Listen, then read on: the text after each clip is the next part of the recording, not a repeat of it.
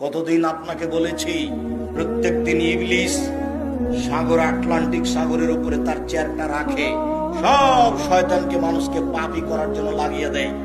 বিকালে এসে কেউ বলে আমি মারামারি লাগিয়ে দিয়েছি, তখন শয়তান বলে যাও কিছুই হয়নি। আর একজন এসে বলে আমি জেনা করিয়ে দিয়েছি, তখন শয়তান বলে যাও এটা কিছু হয়নি। আর একজন এসে বলে আমি স্বামী স্ত্রীর মধ্যে গন্ডগোল বাঁধিয়ে দিয়েছি। যেমন বলে স্বামী স্ত্রীর মধ্যে গন্ডগোল বাঁধিয়ে দিয়েছি, তেমন ইবলিস একবার লাফ দিয়ে উঠে তাকে বুকে জড়িয়ে ধরে স্বাগতম জানিয়ে বলে হ্যাঁ তুমি একটা কাজ করেছ।